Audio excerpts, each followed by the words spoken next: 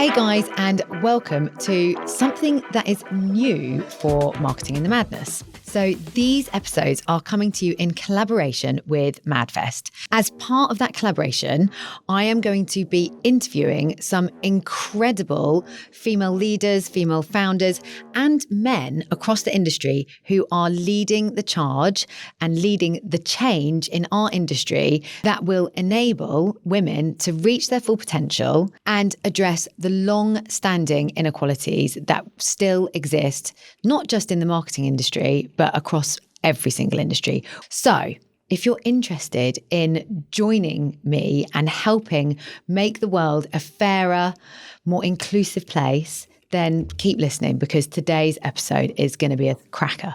Right, I want to talk about Better Menopause. Yes. I feel like you can really help educate me. So a lot of my friends, I'm 41 for an age, you know, I'm quite happy to talk about my age, which I know you are as well. Yeah.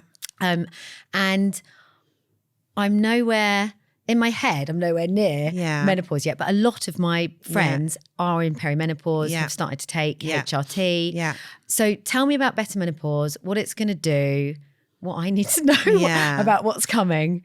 So I didn't know anything about it. No. Because I also think it's been an extremely welcome but recent conversation, some of which is delivered by talent, right? So Davina McCall's and Mariella Frost of the world, I think that's had a really important role to play. I couldn't have told you anything about my mother's menopause. I never asked her.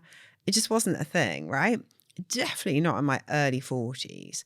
Also, I think a lot of us are having our kids later, not so much in our cases, but I think also what wasn't a dialogue for me is ever, how am I feeling? I'm like, I don't know how I'm just getting on with it. I don't have a great deal of time to think about how I'm feeling. And post my children, I have had a lot of issues with my thyroid. So I've always having to have my bloods done. But the joke with my doctor was he would always say, how are you feeling? And I'd be like, I don't like, how's anyone feeling? I'm knackered. I'm just getting on with it, right? So I didn't have a strong inner voice that said, your health is X, Y, and Z. I just didn't have it. Because I just got up and did what I needed to do. And I train every morning early and I push through even when I'm tired. And then I think when I did get so ill that I was in hospital, I thought I was having a heart attack, all that sort of stuff. You just can't ignore that when you're on antibiotic drips and oxygen and all the rest of it. So that was a moment.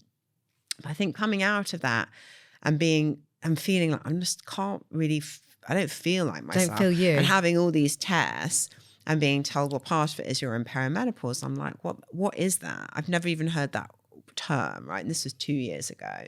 So I think what is clear is that there's a much greater understanding that our hormones, our estrogen and progesterone and testosterone, can start to drop off from our late 30s onwards. And women are affected in different ways by this.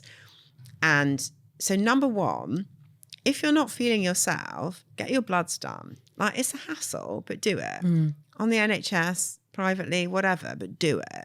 Because when I look at that perimenopause community and Joe Lyle, who's the CEO of the Better Menopause, or Cherry Healy, who we work with, they're in their early 40s and they have symptoms and I would never have thought to get that checked out at your age because I've got a decade on you. So I think do that. I think, and the other thing is there are different routes to manage your symptoms, of which HRT is a big part of it, but not everybody takes it. Not everybody can take it. I do, and I'm very happy taking it. But there are people who have been in medical menopause, who are cancer patients, who just can't, and other women who choose not to. And I think it's about 50-50 in the UK. If you're not taking it, there's other things that you can do. And the Better Menopause comes from that perspective, which is, for me, because I always need my personal story, you're in perimenopause and your gut health and what can I do? Well, you need to look after your gut. So sauerkraut and, but things that you can do diet-wise. And my diet, I've always been very healthy, but I'm quite patchy on eating and go for a long time without food. And that's not good. No, you're so older, the same as me, right? I definitely eat to live, not live to eat. although I like a nice meal out, but I'm not bothered. So I could go for like a whole day without eating. That's not good. So I think managing my diet better, recognizing that my gut health mattered. And then what happened at that point was I went to try and find probiotics, which I've been told to take, that were tailored for perimenopause or menopause women, and there just wasn't one. And when you look at the ingredients of the women's probiotics in somewhere like Holland and Barrett and the children's probiotics, they were the same. So it's like, okay, this doesn't exist and it needs to. So then, of course, because I am a nutter, you sort of kick into, I think there's a business. Yeah. Because there's so much meno washing that's happening. And whilst talent and influencers are a really important part of storytelling, there's a lot of science behind supplements whereby the ingredients need to be high enough volume to a high enough standard, refrigerated, or, So I then spoke to Anna and we put together a team, which includes Dr. Harper, who's one of the foremost menopause medics in the UK, and Joe Lyle, who's the CEO of the Better Menopause, who used to run Mindshare. So he's a marketeer, but is also a clinical nutritionist for the last 15 years.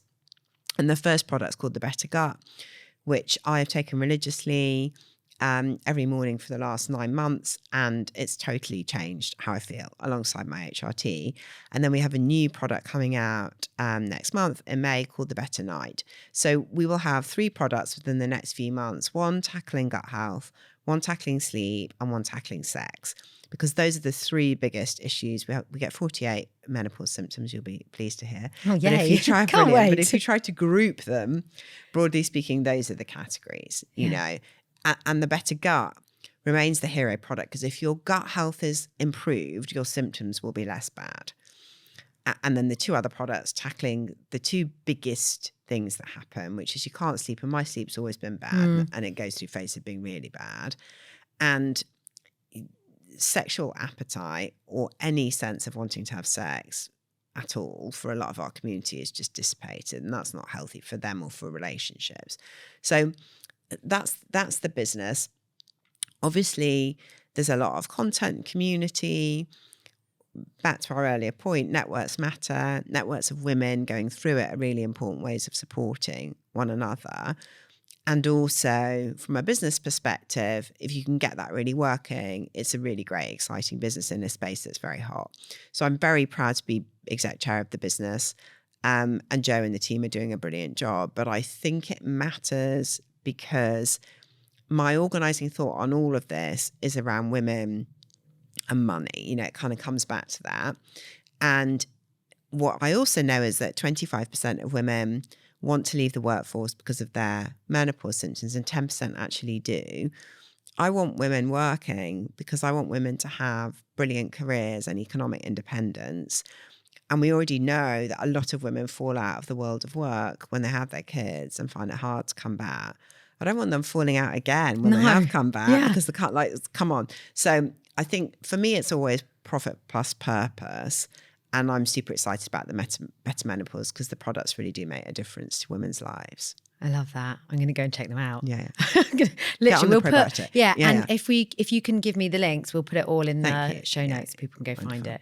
Debbie, thank you so much. There's so much more that I want to ask you about. I think I've got to call it time. Yeah. I'm going to get kicked out of the studio. Yeah. Thank you so much for coming on. I'll put all the links into the show notes, and just such a fan. Thank you.